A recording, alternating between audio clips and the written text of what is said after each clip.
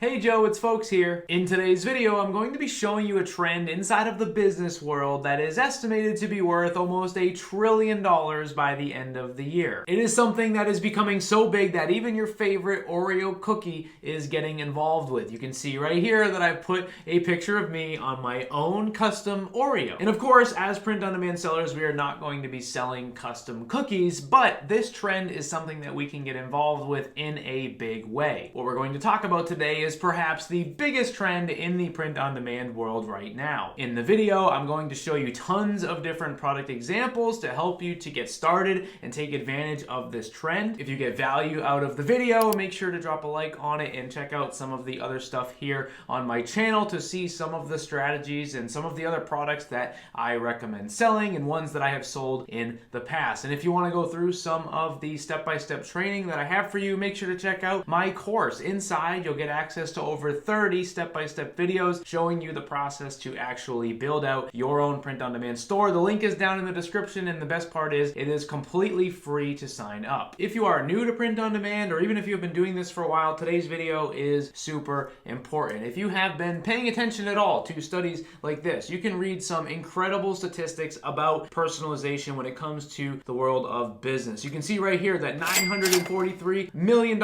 is the predicted value of the personalization market worldwide. Did I say almost $1 trillion earlier? I meant to say almost $1 billion. So hopefully if you caught that, you hear me now correcting it. I meant to say almost $1 billion. And if you read through here, you will see some pretty crazy statistics. I will put a link to this page down in the pinned comment of this video. I also found this article here that talks a lot about the benefits of personalization, especially when it comes to customers being satisfied with your business. I'll put the links to both of these in the pinned comment of this video, so that way you can check them out. Now, for us as print-on-demand sellers, there are a few different ways that we can get involved with the world of personalization. And honestly, none of them involve us putting people's faces on cookies like this, although that would be pretty cool. One option that we could do print-on-demand with would be something like this here. This is a doormat that someone can put their family's last name on it. So essentially, one way that we could do personalization is by allowing people to add custom text to our print-on-demand product. Another example of the same concept is right here. It's basically just a different design around the text, and the same concept applies where they are entering the name that is going to appear on the doormat. Another option would be something like this here, where this print-on-demand company or this store is taking people's photos like this and turning it into a piece of artwork like this, basically doing something with the photo that the customer is supplying to them. And a third option is something like this here, where someone is not only adding some custom text with the two names that you can see here on the mug, but they're also customizing something else about the item. You can see here that they are customizing the look of the people. As you scroll through the product page, you can change it from a young couple to an old couple. You can change the skin tones. You can give the person glasses or not. You can change the hair, both in terms of the color, the hairstyle. You can add a beard, a mustache. You can change the clothes and a whole bunch of other things. Basically, you're giving them the ability to customize a lot of the graphics that are shown on the design. We also have stuff like what this store has done here, which is similar to the mug where someone was changing all the clothes, basically allowing someone to change the graphic that's on the poster. Here is a store called thenightsky.com where they allow people to choose the look of the stars on the canvas to match a certain date that a special event happened in their life. We also have stuff like this right here, which is a custom song item where someone is uploading a photo and then adding in a song and an artist name to be listed on the product. And all of these ideas are perfectly fine to explore depending on what it is you're doing with your niches and your product choices and stuff like that. No matter what you're doing though, you're going to want to make your personalization easy. And before we jump in and talk about some of the different apps that you can use to bring some of your personalized ideas to life, I want to just give you some tips to make sure that you are going to be more likely to be successful with your personalized products. The goal of this video is to expose you to this trend and hopefully get your thoughts to start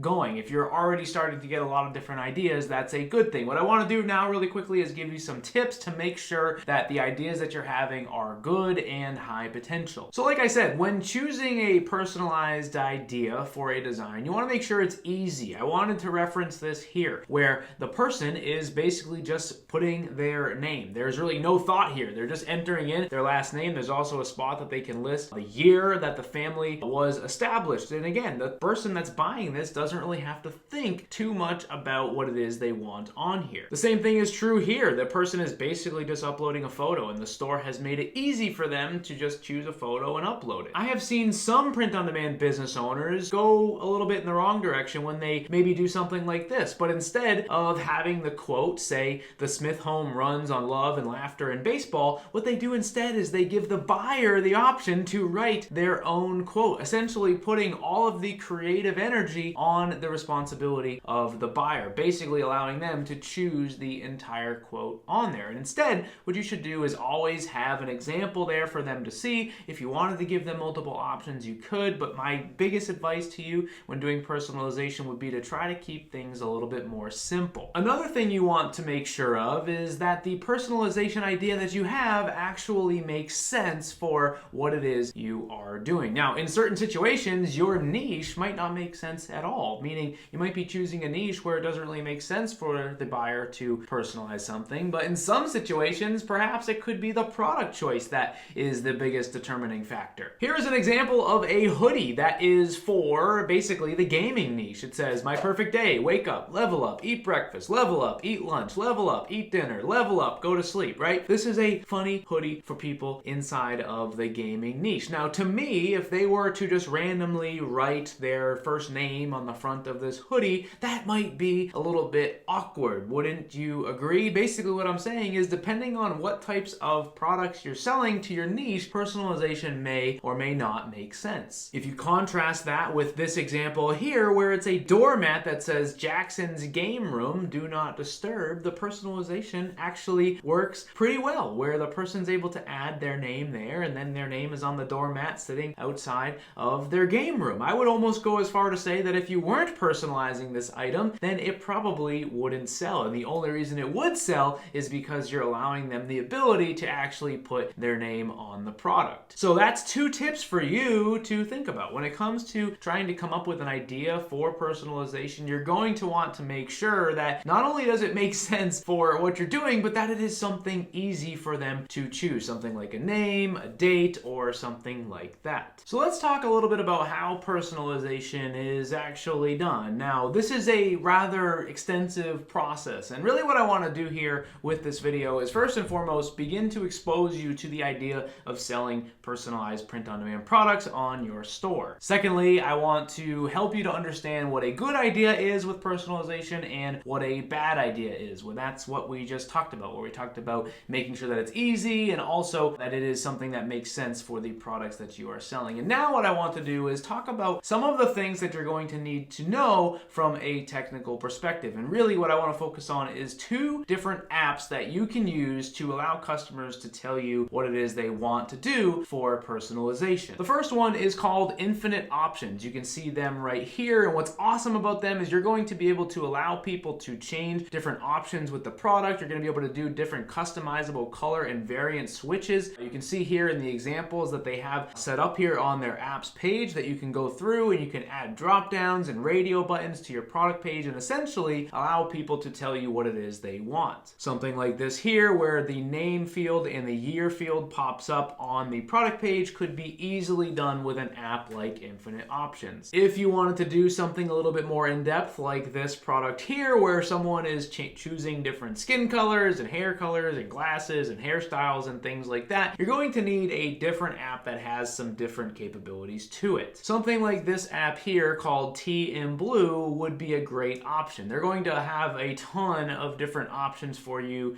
to be able to set up on your store to be able to begin selling these sorts of products. Now, keep in mind, some of this stuff could take a little bit of time to actually set up. That's why I want you to go into these apps. I want you to take a look at them. I want you to go through the different help documentations that they have set up, so that way you can get yourself acquainted with how this will actually work once you get it onto your store. I think ultimately, though, the majority of your success with this is going to come through what it is you are actually doing with the personalized idea. Mainly meaning, what are you actually doing? What are you allowing the person to personalize? What sort of niche do you have with your personalized item? What I mean by that is, do you actually have a niche? Like this example here, it's a baseball doormat where someone is personalizing the name on it, and the niche is baseball. baseball. We have this option here where it is a personalized doormat, but the niche is gaming. What you wouldn't want to do is just create a doormat that says the Johnsons on it or something like that, where there's no other niche attached to it. What you actually want to do with personalization is choose a niche and then figure out a way that you can allow someone to do something to make the design a little bit more personal to them. So hopefully this was helpful. Hopefully this is exciting. If you're someone that was not sure if personalization was a good option for you or not, hopefully by now you can sense that personalization is a big deal. And like I said at the beginning of the video, I will put the links to